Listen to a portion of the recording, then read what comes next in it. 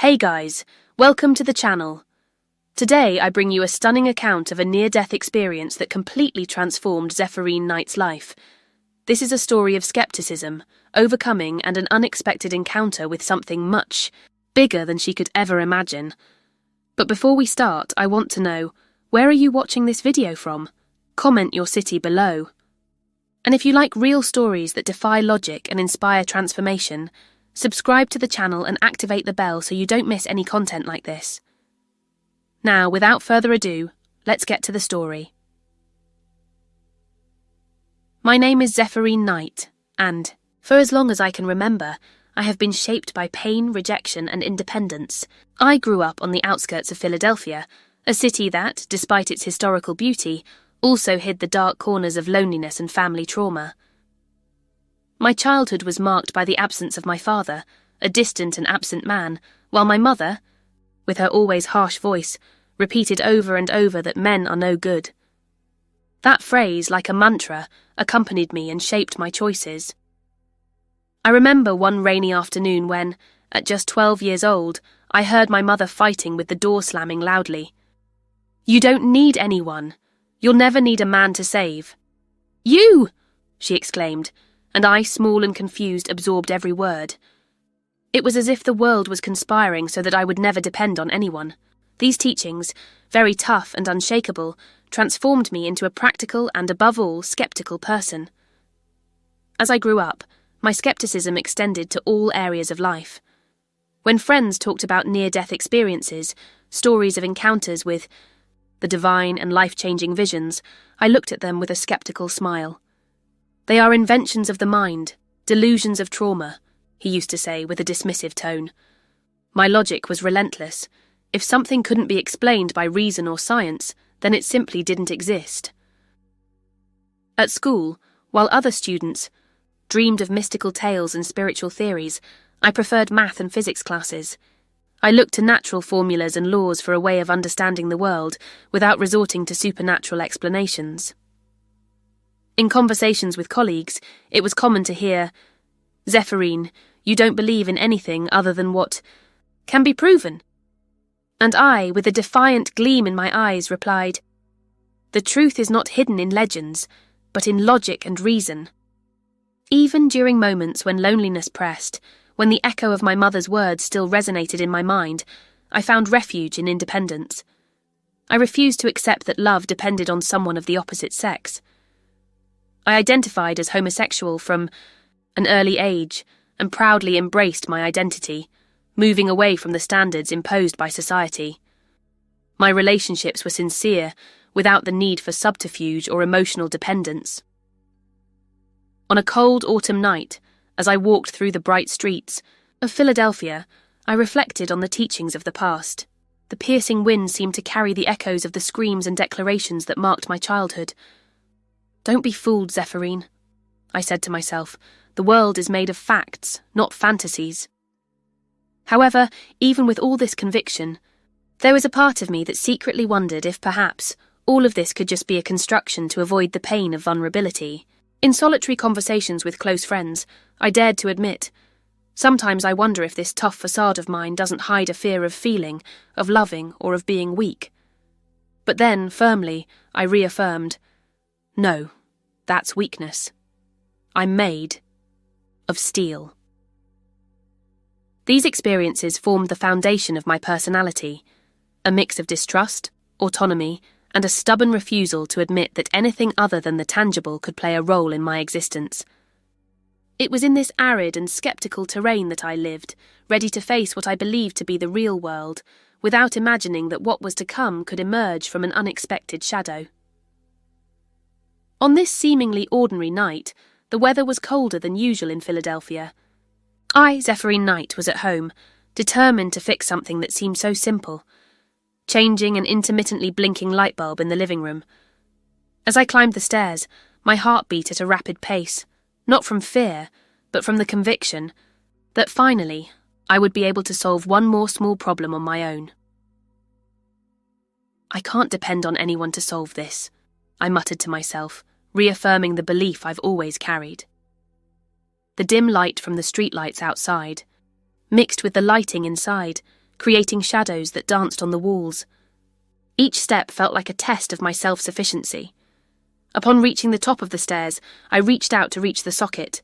However, a treacherous step, wet with unexpected dew, compromised my balance. "Oh no!" I shouted as I felt the ground approaching quickly. The fall was so sudden that time seemed to slow down for a brief moment. My body spun, in a vortex of confusion, and with one last thought, I remembered all the times I proudly claimed I didn't need help. However, fate had other plans. Upon hitting the ground, everything became a mass of distant sounds and indescribable pain. My last realizations of consciousness were a mix of surprise and resignation. In the midst of this chaos, a male voice, at once urgent and tense, echoed in the darkness. "Zephyrine! Is anyone there? Stay with me." The voice belonged to Michael Dawson, my neighbour, who lived in the apartment next door. He, always helpful, had heard my scream as I walked through the back door. I remember him, crouched beside me, his eyes wide and his hands shaking as he checked to see if I responded.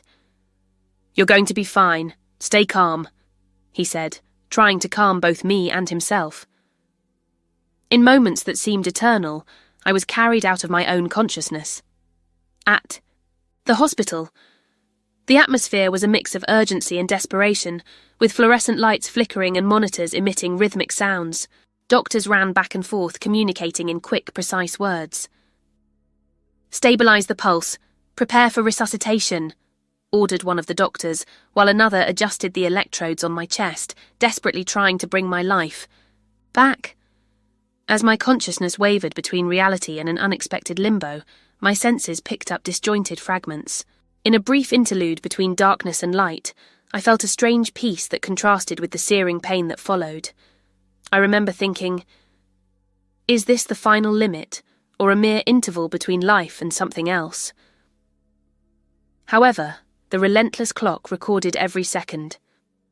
When doctors announced that I was clinically dead, the information seemed surreal, as if time had been stuck in a cruel cycle. 8 minutes, they repeated with a mixture of relief and caution, as if that lost time could somehow be made up. I lay on the brink of death, in the silence of the machines and under the anxious eyes of the medical team.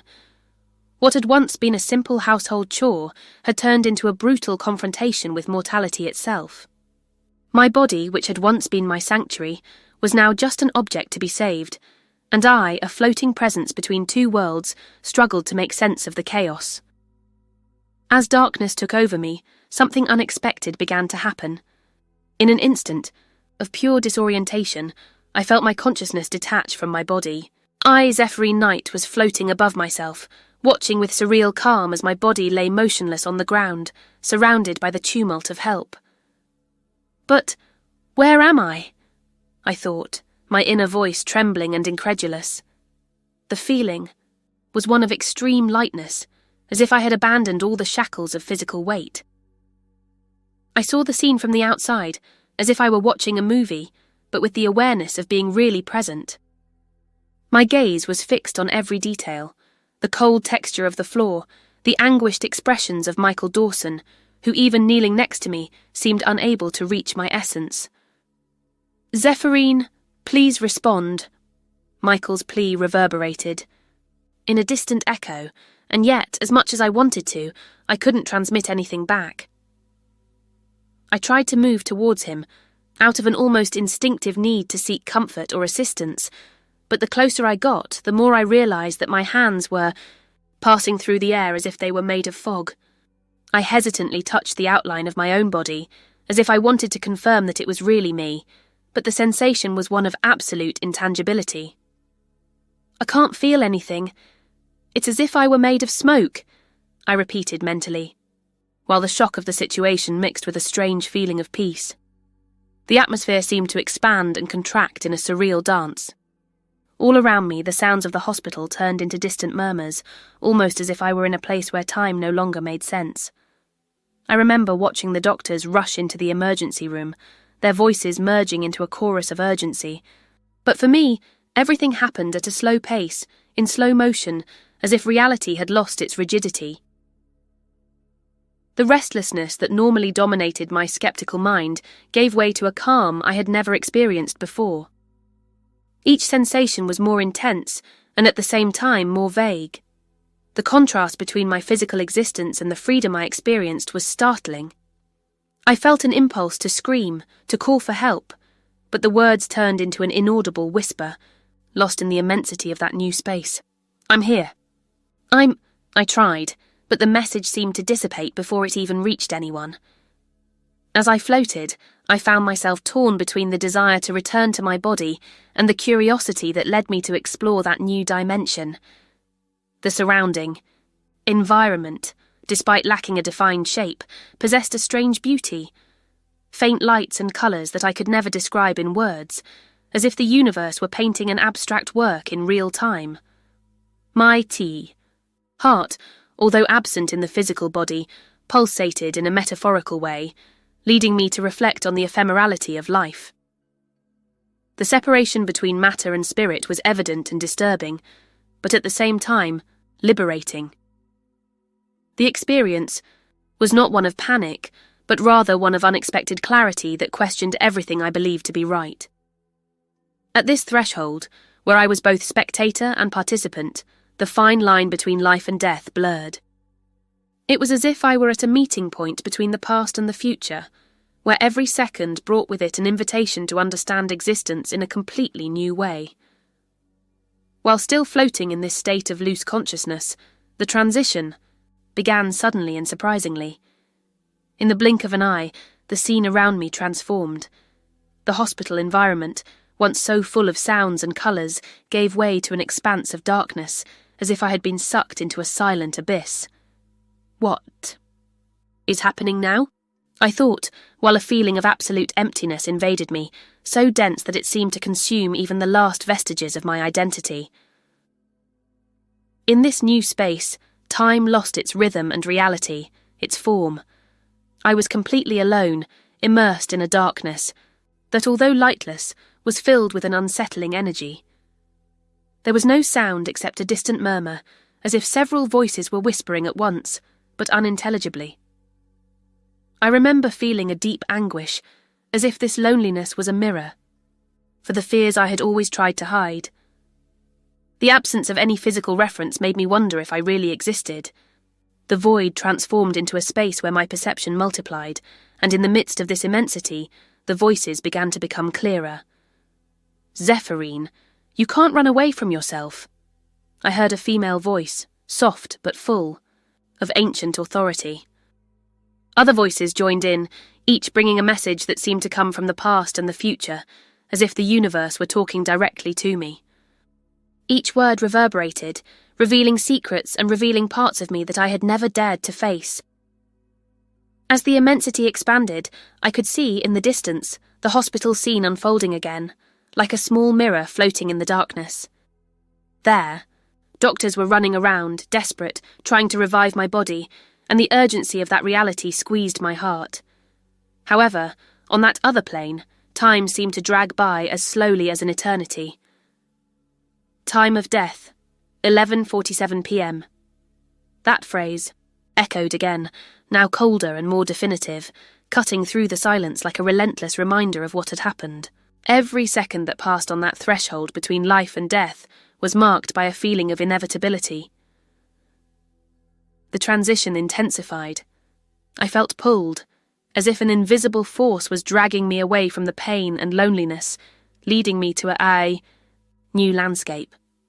Amid this whirlwind of sensations, the darkness began to dissipate, giving way to a soft gloom, dotted with faint glows. Each luminous particle seemed to carry with it the promise of a new beginning, and an unsettling peace began to fill the space that had previously been empty. Is this my final destination, or just the prelude to something bigger? I questioned internally, as I saw myself surrounded by this magnificent and disturbing transition. The feeling of being taken to another plane did not bring immediate relief. On the contrary, there was an internal struggle to understand whether this new reality would be a continuation or the end of everything I knew. At that moment, the barrier between the self I knew and the unknown came crashing down, forcing me, to face the fears that had kept my soul trapped for so long. It was a journey not only physical, but also emotional and spiritual, where each pulse of the void made me rethink my existence, my beliefs, and what it really meant to be alive. The climax of that crossing, while I found myself enveloped in an almost palpable void, a radical change took over the scene. The darkness, which until then dominated with its coldness and loneliness, began to slowly fade, giving way to a flash that was not just light, but the manifestation of something greater.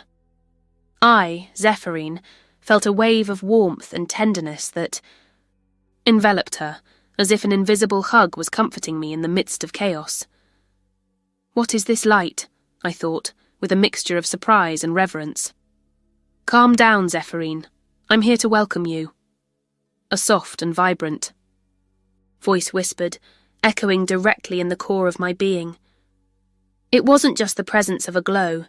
It was the presence of Jesus, who revealed himself before me with an intensity that transcends any mundane description. He did not present himself as a distant being, but as someone who, with a compassionate look, seemed to know every fragment of my story and my pain. His eyes, filled with infinite understanding, reflected not just light, but the promise of redemption. As the light grew brighter, I began to notice the details that accompanied it. Around me, particles of energy danced in a harmonious choreography, as if celebrating my arrival at a new level of existence. Amidst this spectacle of colours and sensations, the voice was present again. "Zephyrine, you were always brave, even when you refused to recognise your own weaknesses. Today I'm here to show you that there is no pain that cannot be transformed into love." I felt my being expand, absorbing every word and every ray of light that surrounded me. Jesus' presence was not imposing, it was welcoming, and at the same time, challenging. He touched sensitive points in my soul, revealing that the skepticism I had carried since childhood was a barrier that prevented me from experiencing true freedom. But how can I accept all this? My doubts whispered, almost imperceptible given the grandeur of the moment. Accept, Zephyrine. Accept love, truth, and forgiveness. Only then will you free yourself from all the ties that bind you to the past. Jesus replied, with a serenity that made the deepest notes of my heart vibrate. I felt a peace that surpassed understanding, a feeling that I was finally being recognized for who I really was. My mind, previously dominated by cold reasoning and relentless logic, began to open to the idea that there was something beyond, something that transcends the limitations of body and intellect. Each word, each sparkle, echoed an ancient truth, as if 1,000 stories of redemption and overcoming were merging in a single instant. In that encounter, I realized that the light was not just a divine manifestation, but an invitation to transformation. The pain and fears that had haunted me so much for years now seemed like small fragments in the face of the immensity of the love that was offered to me. It was an awakening to a new reality, where I was no longer alone. There was a presence that guided and supported me in every step. As I was led by the welcoming light, I was taken to a space that transcends earthly reality. Before I could fully understand what was happening, the darkness dissolved, giving way to a heavenly environment of indescribable beauty. I felt like I was in a dream, where colours, sounds, and sensations blended in perfect harmony. Around me, the air vibrated with an intoxicating peace as the divine presence became increasingly palpable. Zephyrine, this place is the manifestation of God's love. Here, all truth is revealed, said Jesus, his serene voice echoing throughout the room. I walked through a landscape that seemed to have been sculpted by the hands of the Creator himself. There were hanging gardens filled with flowers that gave off an ethereal fragrance, rivers of light that cut through space, and a horizon where time seemed to have no beginning or end. As I advanced, I could notice the presence of celestial beings, radiant figures who, with expressions of eternal adoration, gathered around a throne of light.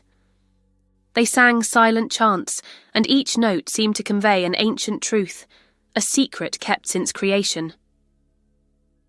Even in this paradise, I feel that something prevents me from belonging completely, I confessed, looking around with a mix of fascination and restlessness. Jesus approached, and with a compassionate look, placed his hand on my shoulder. We don't always need to belong to a place to understand our own essence. Look at your life, Zephyrine. See every moment, every choice. Here, everything is revealed, he said, as a stunning vision began to form before my eyes. Suddenly I felt like I was watching a movie, scenes from my own life unfolding on an invisible screen. The difficult childhood, the days of loneliness, my mother's sharp words, and even the moments when I declared myself firm in my independence were reproduced with surprising clarity. Every detail, every small gesture seemed to have a hidden meaning, revealing patterns that I had never noticed. You have always rejected vulnerability, Zephyrine. But look, your refusal to allow love to enter, to trust others, was a barrier erected by fear and not by conscious choice, stated Jesus as the images paraded, revealing moments when men, with their imperfections and kindness, had tried to reach out and help. I remembered encounters, shy smiles, gestures that had been misinterpreted by my distorted vision. My heart sank when I realized that despite all the pain, there were those who truly wanted the best for me. The revelation was not just an exhibition of the past, but an invitation to reflect on who I really was and how my beliefs had shaped my existence. As I took in each scene, Jesus' words echoed with a force that touched the core of my soul. Look beyond the masks you use to protect yourself. Realize that forgiveness and acceptance are the paths to true freedom, he said, and in an instant, I understood that the rejection I had nurtured for so many years was a protection that had turned into a prison. The vision deepened, and the reality of heaven became a mirror of my own truth. Each scene was a lesson, an opportunity to recognize the value of each experience, even those marked by pain. In the midst of this divine spectacle, I felt an internal flame ignite, the certainty that transformation would be possible if I allowed myself to forgive, love, and trust. As the heavenly vision continued to envelop me, a new and unexpected scene presented itself before me, filled with memories I had avoided for so long. Jesus, with his serene presence, took me to a slice of the past, a moment full of hurt and resentment. Before me, the image of my father emerged, not as the distant and absent man I had always known, but as someone marked by regret and loneliness. Zephyrine, watch with an open heart, whispered Jesus, as the scene unfolded like a living painting. My father was sitting on a park bench, his shoulders hunched, silent tears streaming down his face. His eyes, filled with deep sorrow, seemed to beg for forgiveness, for reconciliation. The image was so vivid that I could feel the cold wind that enveloped him, and the distant sound of children playing, as if time condensed in that moment of redemption. Father, I have always seen you as the source of my pain, the reason for my distrust. But doesn't this figure that now appears before me also carry the seed of regret? And I thought, fighting against an overwhelming wave of conflicting feelings. Jesus approached, and with the same voice that brought peace, encouraged me. Forgiveness is the path to freedom, Zephyrine. Holding a grudge is keeping the pain of the past alive. Do you want to be free? Then forgive. His words echoed deep within my being. I remembered all the times I isolated myself, denying even the possibility of seeing the good that could have existed if I had allowed others to come closer. Every memory of rejection, and every scream of my mother against the male presence now mixed with the trembling image of my remorseful father. But how can I forgive? How can I forget years of abandonment and hurt? I questioned internally, feeling the weight of all the accumulated wounds. Jesus, with a look that transcended time, calmly replied, "It's not about forgetting, Zephyrine. Forgiving is recognizing that the pain of the past no longer needs to dictate your future. By forgiving, you free not only him but also yourself. See forgiveness as a gift you give to your own soul." As these words seeped into my heart, the scene intensified. I felt a kind of internal transformation, as if each of my father's tears took away some of the rigidity I carried. With each breath, the barrier I had built against love and vulnerability became less impenetrable. I'm trying to understand, Jesus. I always believed that resentment was an armor, but now I see that it imprisons me. I confessed in a trembling voice, almost imperceptible, but full of sincerity. The atmosphere around him began to change. The radiance of the divine presence intensified, and the environment was filled with a comforting energy. In the midst of that revelation, I felt a slight tightness in my chest, no longer from pain, but from a timid and incipient hope. I decided, at that moment, to take the first step towards liberation. I choose to forgive. I choose not to let the past determine who I will be. My words sounded like a mantra, dispelling the shadows that had obscured my vision for so long. Jesus smiled, and in that smile I found confirmation that I was walking the right path. The scene of my father began to fade, leaving only the feeling that an immense weight had finally been lifted. It was the choice of forgiveness, a decision that would not erase the memories, but would transform the way I carried them. As forgiveness began to fill my soul, an unsettling sense of urgency took hold. For a moment, I thought the eternal peace of that encounter would keep me there, floating in the fullness of divine revelation. However, an invisible force was pulling me towards the reality I had left behind. In the blink of an eye, I was ripped from that ethereal space and plunged back into the cold, impersonal environment of the hospital. Zephyrine, you need to go back now. A doctor's voice echoed through the corridors, mixing with the busy sounds of the monitors and the frantic murmur of the medical team. I felt a brutal contrast. Whereas moments before my spirit had soared into a sky of light and reconciliation, now my body cried out for help. The transition was violent, a mix of physical pain and emotional shock. When I opened my eyes, I found myself surrounded by anxious faces and strobe lights that flashed mercilessly.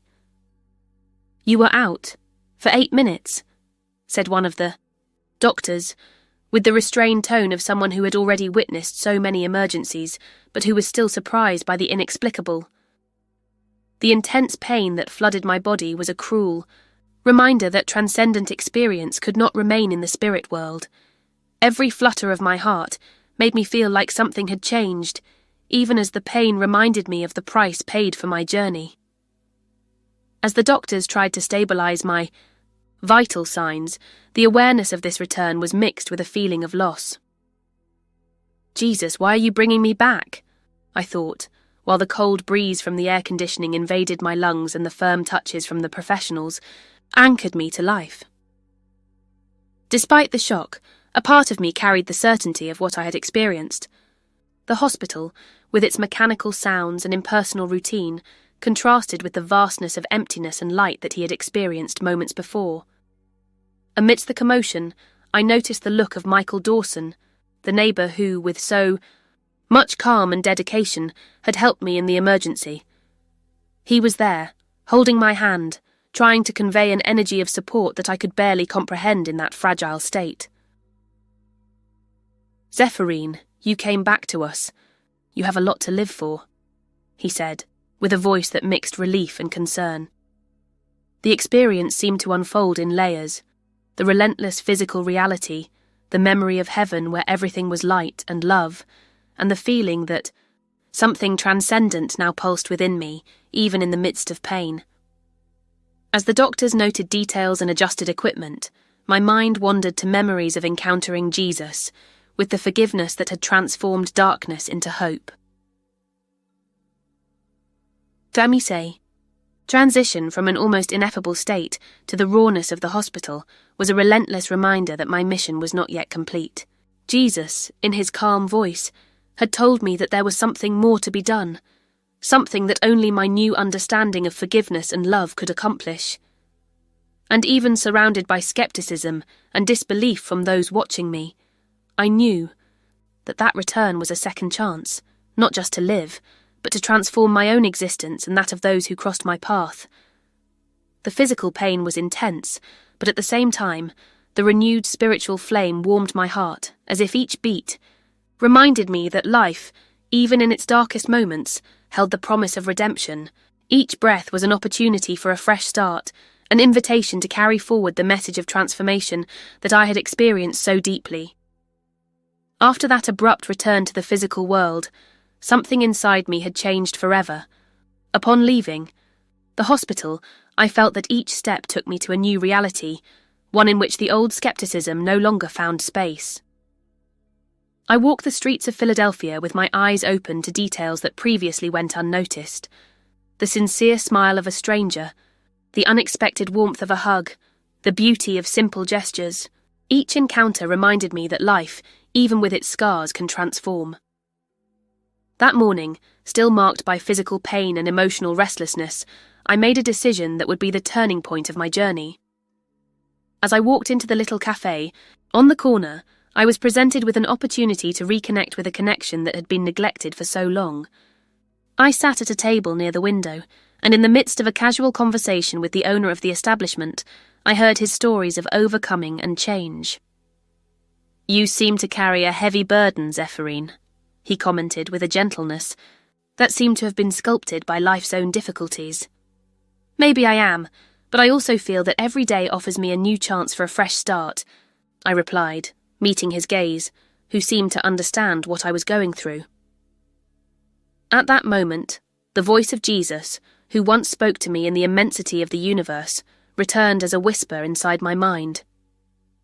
"There is a mission within you, Zephyrine. Use this new light to touch the hearts that still wander in darkness." These words echoed in my soul and pushed me to act. I felt like I could no longer hide behind the fear of rejection or other people's skepticism. With newfound determination, I decided it was time to face the ghosts of the past and turn my pain into purpose. I remembered every lesson learned during my experience, the value of forgiveness, the power of accepting one's vulnerability, and the need to share this truth with the world. That same afternoon, upon returning home, I picked up my phone with shaking hands and dialed my father's number. The sound that preceded his voice seemed to carry all the accumulated tension of years away. "Father, this is Zephyrine. We need to talk," she said, hesitant but determined.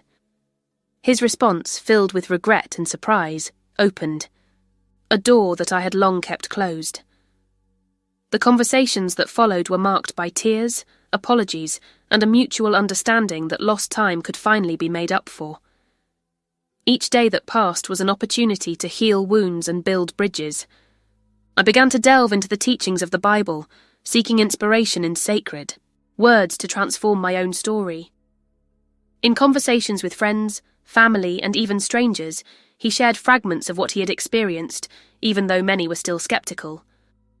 But for me, each report of change, each gesture of kindness, confirmed the mission that Jesus had entrusted to me, the mission to be a beacon of hope in the midst of the storm of the world. The transformation was not instantaneous, but it was present in small daily miracles, in the smile of a stranger, in the unexpected reconciliation, in the feeling of peace that filled my heart with each new dawn. Today, I follow my journey with the certainty that the pain of the past was the fertile soil that allowed the flowering of a new life, where the mission is clear: to live and spread the love, truth, and liberation that I found. As the days turned into weeks and the weeks into months, I, Zephyrine Knight, learned to live with the duality of my existence, the painful resonance of the past and the transformative lightness of transcendental experience. Looking back, I realized that each stage of my journey, from a childhood marked by rejection and skepticism to the extreme experience of near death, fit into a mosaic that, although imperfect, became the basis for a new purpose. On a quiet afternoon, sitting on a bench in a Philadelphia park, I felt a peace that had long eluded me.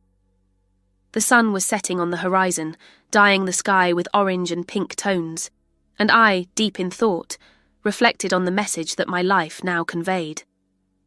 The skepticism that had defined me had dissipated, giving way to a subtle and deep faith, based not on dogma, but on intensely lived experience. "And you will know the truth, and the truth will set you free," I repeated softly, remembering the sacred words that echoed during my spiritual journey. This quote, which once sounded distant, now revealed itself as a perennial reminder that inner freedom is born from understanding and forgiveness. My transformation was not just internal. The mission that Jesus had silently entrusted to me was to spread this new light in every corner that my steps touched. Reconciliation with my Father, sincere conversations with friends, and even simple gestures with strangers became bridges that linked my troubled past to a future of hope. In each meeting, even with suspicious looks or shy words, I saw the possibility of healing and change. During a casual meeting with old acquaintances, who viewed me with almost palpable skepticism, I decided to share a little of what I had experienced. With a trembling but firm voice, I declared, "I experienced something that cannot be explained by logic or science. I found peace, forgiveness, and a truth that rescued me from my own fears. I do not ask you to believe, but I invite you to reflect. What if the truth is beyond what our eyes can see?" These words, although they did not convert everyone, sowed the seed of hope and questioning in some hearts. The simple act of opening up and showing vulnerability was a triumph against years of emotional barriers and internalized prejudices. With each conversation, with each look of understanding, I reaffirmed my mission, transforming pain into learning, resentment into forgiveness, and darkness into light. Now, as I close this story, I understand that my experience, with all its dramatic twists and near-death moments, was not an isolated episode. She is the synthesis of a life that, despite adversity, found the strength to be reborn in forgiveness and faith. Today, I follow my journey as an ordinary person who carries within himself the extraordinary power of transformation. In sharing this story, my hope is that every person who feels lost or trapped in the pain of the past finds a glimmer of freedom, drawing inspiration from the certainty that, even in the shadows, the light of truth can set us free.